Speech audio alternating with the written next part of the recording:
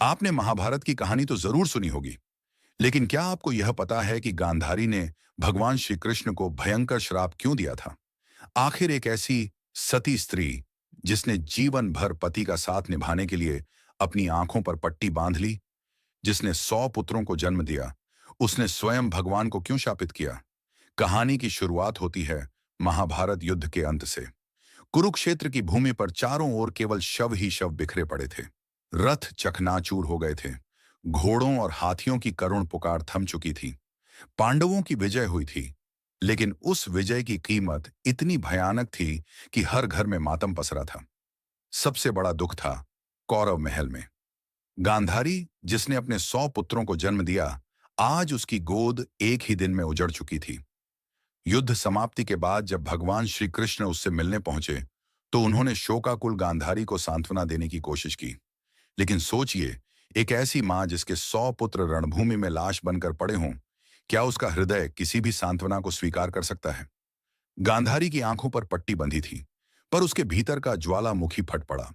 उसने कांपती आवाज में कहा, हे माधव, आप सर्वज्ञ हैं, सर्वशक्तिमान हैं।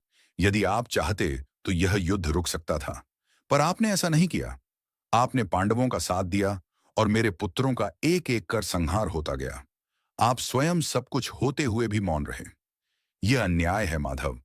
गांधारी की वाणी करुणा से भरी थी, लेकिन उसमें मातृत्व की ज्वाला भी थी। उसने रोते हुए कहा, कृष्ण, आप धर्मराज कहलाते हैं, लेकिन आपने मेरे पुत्रों का पक्ष नहीं लिया। आज मेरा वंश समाप्त हो गया है। मेरे 100 पुत्रों की चिताएं एक साथ जल चुकी हैं, और इसके लिए आप भी उतने ही दोषी हैं जितने युद्ध में शामिल योद्धा। यह सुनकर वहां मौजूद सब लोग सन्न रह गए। एक सती स्त्री, जो अब तक मौन थी, उसने स्वयं भगवान को कटघरे में खड़ा कर दिया, और फिर उसके मुख से निकला वह श्राप जो इतिहास में अमर हो गया। गांधारी ने कहा, कृष्ण, जैसे मेरा कुल नष्ट हुआ है, वैसे ही तुम्हारा यदुवंश भी नष्ट होगा। जिस शक्ति, जिस ऐश्वर्य और जिस गर्व पर तुम्हारा वंश इठलाता है, वही उसका संहार करेगा। सुन लो माधव, 36वें वर्ष में तुम्हारे वंश का सर्वनाश होगा। चाहे तुम कितने ही महान क्यों ना हो, तुम इसे रोक नहीं पाओगे। उस क्षण वातावरण में एक भयंकर सन्नाटा छा गया। सबको लगा मानो सृष्टि ही कांप उठी हो। गांधारी का श्राप कोई साधारण स्त्री के मुख से निकला वचन नहीं था। यह उस मां की आत्मा की पुकार थी जिसकी गोद उजड़ चुकी थी। लेकिन कृष्ण मुस्कुराए।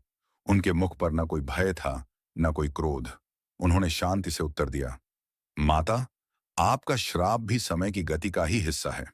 मैं स्वयं भी नियति के इस चक्र से परे नहीं हूं। जो होना है उसे कोई नहीं टाल सकता, इवन मैं भी नहीं। कृष्ण के इन वचनों ने सबको और भी स्तब्ध कर दिया। क्या सचमुच भगवान भी नियति के सामने असहाय हो सकते हैं? परंतु यही सत्य था। समय अपनी धारा में सबको बहा ले जाता है, चाहे वह देवता हो या दानव। वर्ष बीतते गए।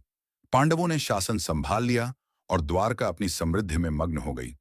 परंतु गांधारी का श्राप सबके मन में कहीं ना कहीं गूंजता रहा। और फिर आया 36वां वर्ष।